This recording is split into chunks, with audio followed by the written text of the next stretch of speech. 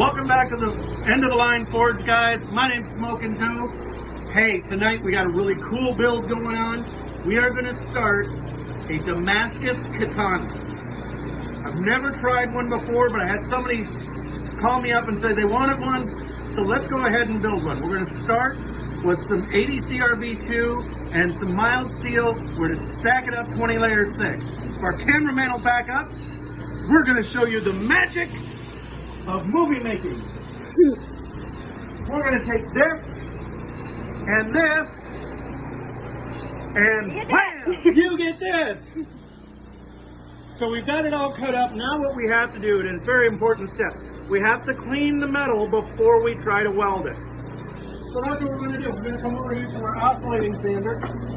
Now I like using this one for this because you're not trying to remove a lot of metal. You're just trying to clean it up, because you see all of the oils and greases and rust and everything on these. If you have that on there, you're not going to get a clean forge weld, guys. Forge weld.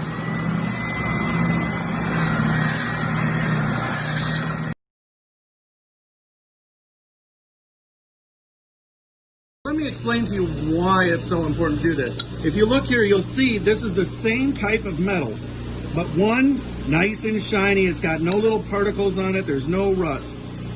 This has still got all the scale on it from when it was originally cold rolled. It's got oils on it. It's got rust. So this is not going to stick together. You need nice, clean, pristine steel if you're going to forge weld.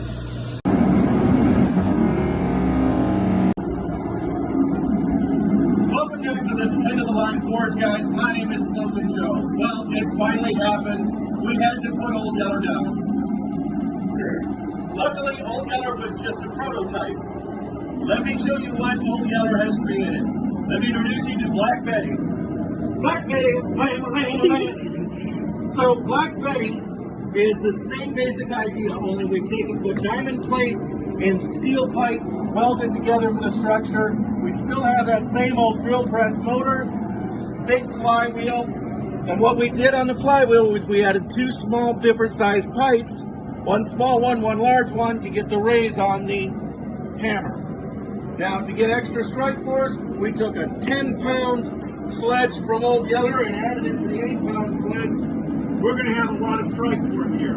Let's heat up some metal and let me show you what we got. Katana.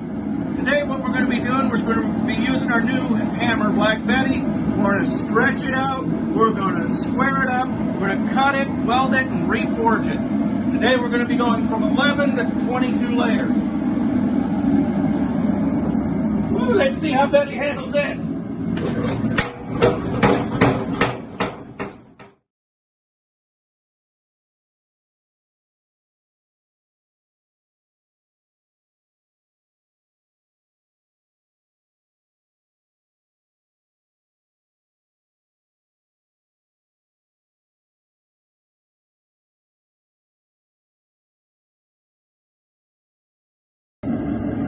Hey guys, welcome back to the End of the Line Forge. My name is Smokin' Joe. So, Houston, we have a problem. If you've been watching the videos, we're forge welding and stretching out the first layer of the Damascus katana. The young man in the background, this is my nephew Colton. Colton, say hi to everybody. Hello guys. He's one of my newest apprentices. Well, we were forge welding the Damascus. As we were stretching it out, we got it about 8-9 inches long here, really cool. But guess what? We opened up a little bit of a shut. So what we're going to do tonight, we're going to cut this in half. We're going to see if the rest of this has that same seam. If it doesn't, we're going to hammer this down and stretch it out. We're going to sand this down, re-weld it, reforge it, and go for it. If the seam is through the whole thing, we're going to split it completely apart, re-sand it, re-weld it, start all over. Remember, 9 times down, 10 times up. Things do not go perfectly when you're forge welding. Blacksmithing is about keep working around the problem. Let's see how it goes.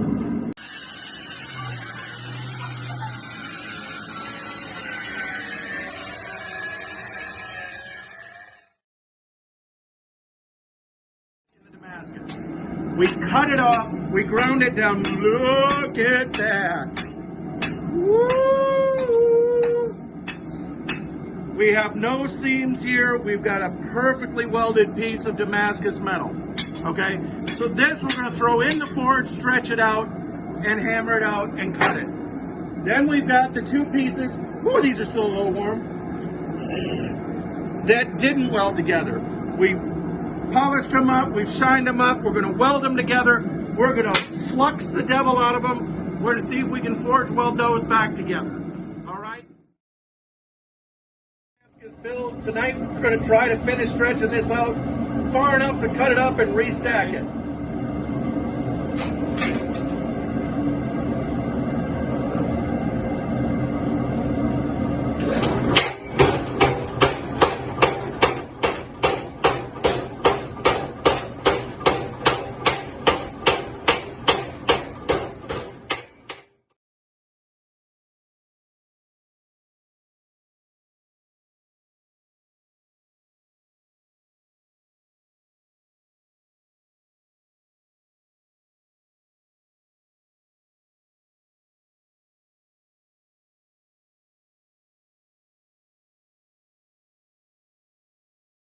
Clean the top and the bottom because that's what's going to be forge welded, right? Well, when you're forge welding metal, it doesn't all squeeze out at the same pace. So as you can see here, some of the layers overlap. Now, while that doesn't matter much, it could give us a cold shut that would later cause us problems and give us a delamination, could possibly blow the knife apart. So what we want to do is we want to clean that edge up nice and pure so when we forge weld it, we don't have anything that could cause a delamination later on. All right, guys, so as you saw, we got all of the pieces cut. Now it's time to stack them up, get them welded together. This will end up making 44 layers.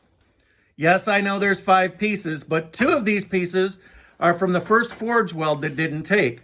We ground them down, we smoothed them out, and we used strategery so that those 2 are now going to add up to a fourth layer of 11 to make 44 layers.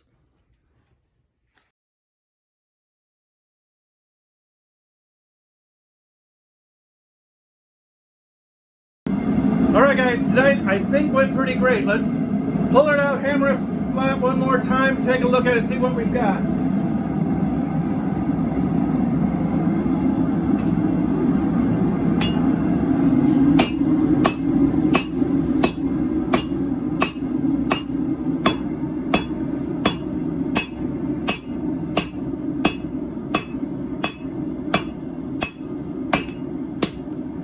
Woohoo! Throw it on the floor!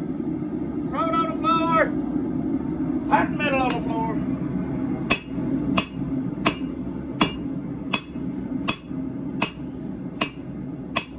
Woo!